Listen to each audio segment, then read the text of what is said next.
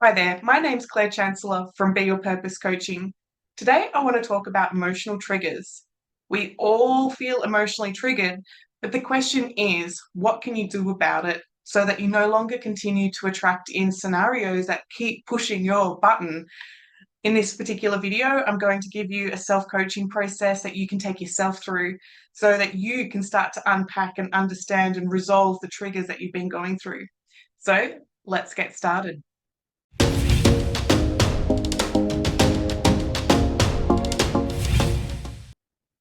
Okay, so let's talk about what are emotional triggers. There's a lot to unpack in this video, so I've got my slides here to give you that visual to better understand what I'm talking about. Everybody does emotional triggers really differently. Some people are like anxious avoidant, and they will go within and they withdraw from life. Whereas other people within their emotional triggers can be quite loud and aggressive. There's no right or wrong way, but each one actually tells us something different within what is going on within that sense of powerlessness, within that trigger. Clearly somebody's been able to push an emotional button of yours, and it's like better understanding how that button got created, understanding what is it that that button is pushing. And when you actually resolve the button, as strange as that sounds, that button's no longer there for people to push. And so when you find yourself in scenarios where people may may have triggered you in the past, boundaries there, the self-awareness is there, and you're having a different belief and a different attitude to what they're trying to do in scenarios like that. So it's about pivoting and just like, okay, water off a duck's back. In fact, energetically, when you work on those emotional buttons, you raise your standards so that you don't even attract in scenarios like that anymore. The self-inquiry is 100% worth your time and energy. If you found yourself being triggered over and over again, you know, this process is for you. Okay, so when you find yourself in a scenario where you've been triggered and you go to friends and family about it, to be honest, they don't know how to help you. All they know is to say some cliche kind of things to say, like, why are you giving your power away? Or, just hand back the energy. It's not really helpful in that moment. There may be that immediate gratification that there's a connection there, that somebody can hear you, but ultimately, your friends and family, unless they've been trained in coaching, in energy healing, in counseling, in psychotherapy, they don't actually know what to say to be able to resolve this issue. This is where the power comes back to you and working within yourself and working with the experts who can help you unpack it. Handing back your energy is something that the energy experts will say. You see it on Instagram, you see it on their posts. It's like, okay, well then just hand back their energy. Even I will say it, but there's a lot more detailed steps. It's just that umbrella term of saying, okay, hand back the energy. But it also means you need to do the inner work to understand why you attracted that scenario in the first place. So let's explore what the experts mean when they say hand back the energy. Now, of course, you've been emotionally triggered. Somebody said something, you felt a sense of rejection or powerlessness. And while we cannot change the other person, we can definitely change how you respond to it. So that instead of feeling that victim kind of energy at, the world's against me, you start to feel a lot more empowered so that you attract in a higher frequency, a higher standard of people. You attract in scenarios where there's a sense of respect and co-creation, rather than them other people sort of throwing their bullying kind of toxic energy at your way. You're no longer there as a target. But of course, as I've already stated, we need to unpack and break down the triggered situation. We need to actually break it down into small parts to identify what is going on. That simple generality, can't get my words out. The generalization there of like, okay, hand back your energy. It's not one big step. It's actually lots of little steps. So if you've been emotionally triggered, okay, let's break it down. What has happened? Did somebody say something? Did you get excluded? Are you missing out? What's going on there? And when it happened, Just slow down the movie in your mind. How did your body respond? Was there like that gut wrenching kind of feeling, or this like panic or teariness? Like, how did your body respond? Where did that trigger go to? Now, once you've got that, it's a lot easier for your unconscious mind to start to recognize, okay, this is what the trigger is. In that moment when, again, maybe somebody, let's stick with that one. Somebody, you felt like somebody rejected you. You didn't get invited to the party or whatever. In that moment, what did you say to yourself? Was there like, even I'm just thinking about scenarios in my past or clients' examples. Did you say to yourself, I'm not good enough? Did you say to yourself, like, what more can I do to show my value? Like, what did you say to yourself? Or maybe you even just said, like, oh, you cow, and felt a little bit defensive. Like, what did you say to yourself? And when you heard maybe that trigger of like being rejected, what did it mean to you? What did you hear within yourself that they were trying to communicate? Like, again, that not a good, like, what did you make it mean? Was it that everybody doesn't like you? I have no idea, like, but, breaking that down. What happened? How did your body respond? What did you say to yourself? And then checking in, like, what did you make that mean about you? Now, in that moment, once you've got all of those pieces of information, it's important to check in, how can you see things in a different perspective? Now, that one is not always the most easiest. And sometimes you have to be a bit cluey within the questions that you ask yourself, like, okay, what's good about this scenario? What are the benefits of this scenario? Even the mind-bending question of like, what's good about this judgment that I've got of myself right now?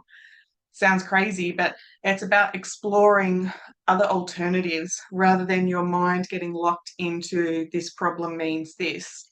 I had a client yesterday and this problem means this. There was a scenario where she felt quite intimidated being in amongst a group of people.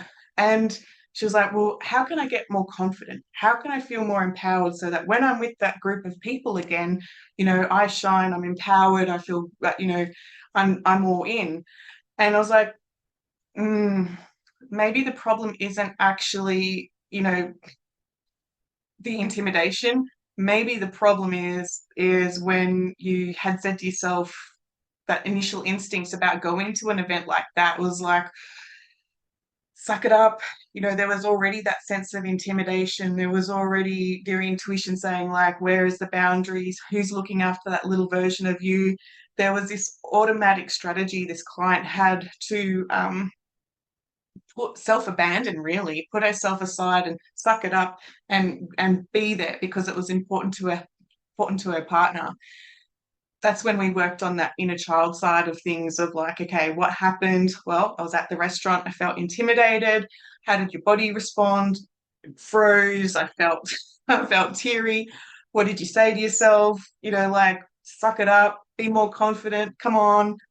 What did it mean to you when you heard that when you heard that scenario playing out at the dinner table? Like, what did that mean to you? And it was like, well, I'm not good enough. I can't compare start again. There's this comparison. Why am I not as good as them?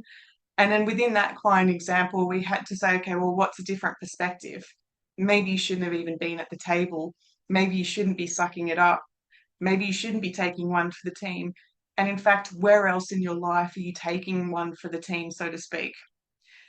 Within this process, I know I'm going off track there, but what other resources are available to you right now? So in that particular scenario, it's like, yeah, the resources that are available to me is to have a conversation with my partner to let them know, I won't be attending those dinners again. Or in the rejection side of things, within the first example I gave, what resources are available to you? It's like, yeah, recognizing that the people who excluded you are the ones with the problem, and network, find new people. It's not as simple as that, obviously, but just giving your unconscious mind options, choices, and then questioning in how would you show up differently if that happened again? If you did get rejected, how would you respond? Is it like, yeah, okay, fair call, I'm out of the game? or no, I'm not going to that dinner. Like, what would you do differently? So I know I've just unpacked an enormous amount there, but I'm going to break that down even into more detail. It's important to know the trigger, uh, as the trigger is actually your unconscious mind and your body letting you know that this moment in time, these emotions have got a grip on you. And it's telling you that you don't actually have the resources to cope. That perhaps in the old days, like when you were a child, the old days, this strategy worked to suck it up and to show up. But as a grown up, it's not working anymore. It's like, okay, what other resources, what other options can you do? Thinking about being rejected, that particular scenario, and your body's feeling it. When we travel back and have a look at past events, you may find that, you were rejected in the school grounds. Maybe a teacher yelled at you for making a mistake and you froze and you didn't know how to cope. These are all of these unresolved needs, and it's probably, any kind of scenario that start again actually. So while school has finished, obviously we're not being bullied anymore at school. Teachers aren't there to yell at you. Anytime that you're in a scenario where people get loud and confrontational, or this perception that you could make a mistake, your unconscious mind just freezes and takes you back, reverts you back to being like a 5-year-old, 6-year-old, however old you were. It's because there's that aspect of you that's frozen in time, still waiting for its needs to be met. So when people get loud and angry at you now, again, as I've already stated, there's that aspect of you that freezes and travels back almost to recreate that scenario. There was no resources back then, and the body just responds as like, I don't know what to do. So that trigger can be there for years and years and years, but it's as a grown up now, you've got a lot more choice, you've got a lot more responsibility. So it's about doing this inner work. As I go through this a little bit more, I do encourage you to have a journaling nearby if you do want to go through the questions.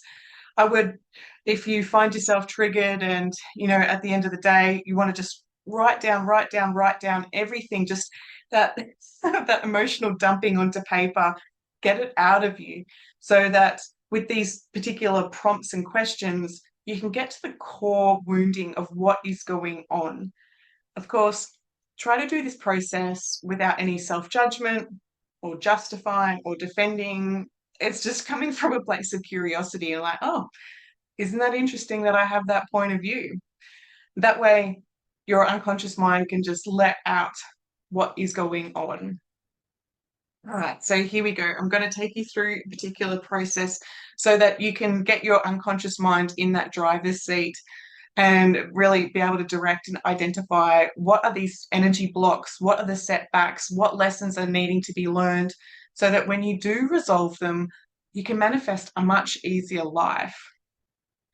So thinking back to a trigger, back to maybe being rejected, not being invited to the party, I want you to think back to see what you saw, to hear what you heard, and just to allow the feelings to come back to you. Trusting the first thing that comes to mind, taking yourself back, whether it was in an email, a text, a phone call, seeing somebody on on the street and they're like, oh, you're not coming to the party? What was the discomfort that brought up in you? Scan your body. Where do you feel that sense of discomfort? Kick in the guts kind of feeling. That's where we typically hold on to fear. Maybe you got a tight neck. And again, that's typically where we're holding on to a level of injustice. You hold your head up for justice. Or maybe you just felt this wash of just like this wash of like all of your energy being drained, and it's sort of like, oh, like I've got nothing. What was going on for you? Because body's going to tell you a lot more about the scenario, how it's holding on to the challenge. And as I've said there, like thinking about the qualities of discomfort, is it heavy or is it light? Thinking about that sense of rejection, maybe it was in the gut there, it's just like imagining it there, pulling it out. It's like, okay, is it heavy? Is it dark? Is it fuzzy? Is it hot? Is it cold? Sounds like really strange questions, right? But this is how your body stores and codes the information about the trigger. It's all about the way that the sensory experience of it. And if we imagine like a magician pulling out scarves, if we imagine that we just pull out that heaviness, pulling out the uncomfortable qualities, and just having it there in front of you, getting a little bit playful with it, you can check in with it about what is it doing in your body? What is it trying to do? And I would even journal there. Is it trying to keep you safe? Is it trying to protect you in a way? How is it trying to protect you? Sounds a little bit odd. It's like, well, Claire, if I've got this heavy energy in my gut, this fear, this response, like this is not good. What do you mean it's protecting me? What do you mean it's trying to keep me safe? And the truth is, your ego wants you to stay small. It wants you to stay in the familiar because the familiar has ensured you'll survive.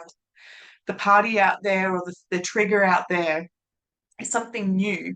And so the ego generates this heavy kind of energy within the gut there or the neck, however you do it, as a way of just freezing you, keeping you small, keeping you stuck. And it's from that moment in time when you were bullied as a kid or something's happened, divorced parents, whatever it is, that this energy just, taught you as a little one, stay heavy, stay stuck, don't move, because sometimes people's beliefs say that like smaller that they are, the more safety that they have. It's quite fascinating how that all plays out. And so now that you've got an understanding that, yeah, there's a scenario playing out from when I was little, feeling fearful, feeling stuck, checking in with that little version of you, like wherever it's come from, what does that need? Does it need a hug? Does it need reassurance? Does it need to see things from a different perspective? Because often you can identify that, again, maybe you were 5 years old and found out that you didn't get invited to the party. And it's a little bit like having that conversation within within yourself to that little child there. It's like, okay, what do you need? And sometimes within the work that I do, I'll say to that little child, you know what, like when you're a grown up, you get to be the one hosting the parties. You have your own bank account, you have your own clothes, you have your own car, you have your own phone. You can go and create as many parties as you want. It's there waiting for you. And the little child can often get quite excited about that. It's like, okay, it's coming. And it's about reassuring that little version of you, a little bit like bringing in the sense of security that, like, yeah, you're not supposed to be okay with being rejected. It's a yuck feeling, and it's a teaching so that when you do go out into the world, it's a lesson on how to treat others, level of respect, level of integrity. It's all part of the human experience. So we're nearly there. So instead of this discomfort, bringing your attention back to the adult you, instead of the discomfort, what would you rather? Maybe you want that sense of freedom. Maybe you'd rather they didn't say what they said. Maybe you would rather be more comfortable getting your own needs met. Maybe you'd rather actually speaking up this time and noticing that, you didn't have the opportunity to speak up when you were little, but now as a grown up, yep, I'm speaking up. Putting that boundary in place, like asking questions. What's going on? Why didn't I get told? All of those things. It's like, what would you rather? And just noticing that there are now options available to you that previously you didn't have. Now, with clients, often I'll also check in with what was the weakness that caused you to attract that event. If you think about the need to want to be included within the party, if you think about the scenario of like how you've been people pleasing and adjusting yourself and trying to overgive to show your value, like why have you been doing that? What has been the benefit? Like, what is the limitation within you that has made you believe that you even had to prove your value or have to bend over backwards? There really is a big difference between compromising and like having a mutual agreement versus this need to give so that people want me. And because obviously that's coming from a place of scarcity and lack of, like, maybe people don't want me, all of that. So I would be checking in with you about why you attracted that weakness to begin with. What was the core wounding, the core limiting belief there that's made you behave in such a way that you would put up with people that just didn't automatically see your value? So in that scenario with the what I was speaking about early in the video about the client who felt intimidated at the dinner table, we tracked back her core wounding back to feeling like a lack of safety, a lack of protection. So she was forcing herself to get things done, to push harder, because that way, if she kept moving and kept doing the things, then she wasn't sitting still to be a target. There was this little version of her that really didn't feel protected growing up. And she learnt that if she just pushed through one event at a time, that, eventually there would be respite. And so she had automatically gone into that scenario of pushing due to this limitation. So again, what is the weakness? What has it been about you to take responsibility? What have you been doing to cause you to attract that limitation? Different kind of question is, what was the emotional void that let that in? See where that takes you. Okay, so as I said earlier, checking in with the emotional triggers. How did you respond in the past when you didn't get invited to the party? Did you cry? Did it work for you? Did you get the outcome that you wanted? Because most likely, as I've already said, that you've probably outgrown that old strategy. How do I know this? Because the trigger is actually telling you that. Your higher self is calling forward to actually let go of that teary energy, or the needing to be protected, or the feeling of insignificance. Your higher self and your intuition is pulling you to undo all of those issues there, because your intuition knows what's ahead for you to live your purpose, free from the ego and free from the grips of the challenges of the past. There, there's some lessons here that are waiting to be learnt so that your intuition can pull you forward. So thinking about the event, thinking about the trigger, does it serve you to hold on to it anymore? We've unpacked so much, and it's like, actually, I don't know what I was thinking. And then maybe what would serve you better? What's a new belief that you can have that would serve you? And maybe that does mean like letting go of those people, learning what it means to have that boundary, speaking your truth, shining your light. Maybe it means learning a new skill about public speaking, or learning how to communicate better. Like, maybe there's something there that your boundaries are too loose and you actually do need to fill that gap with new knowledge, new insight.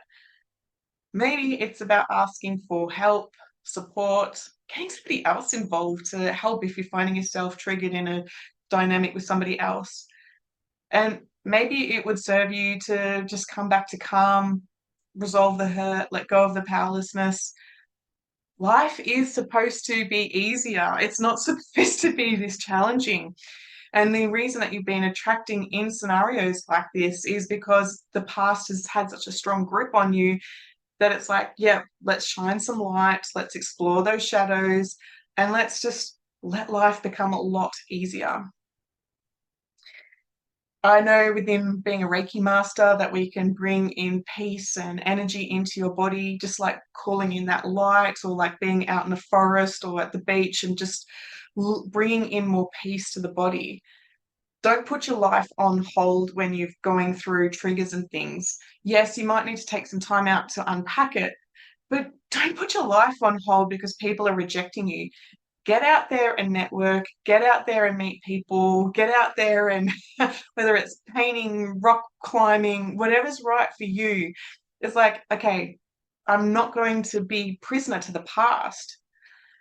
So maybe it would be better to do what you can to close that chapter and find the freedom with new people moving forward.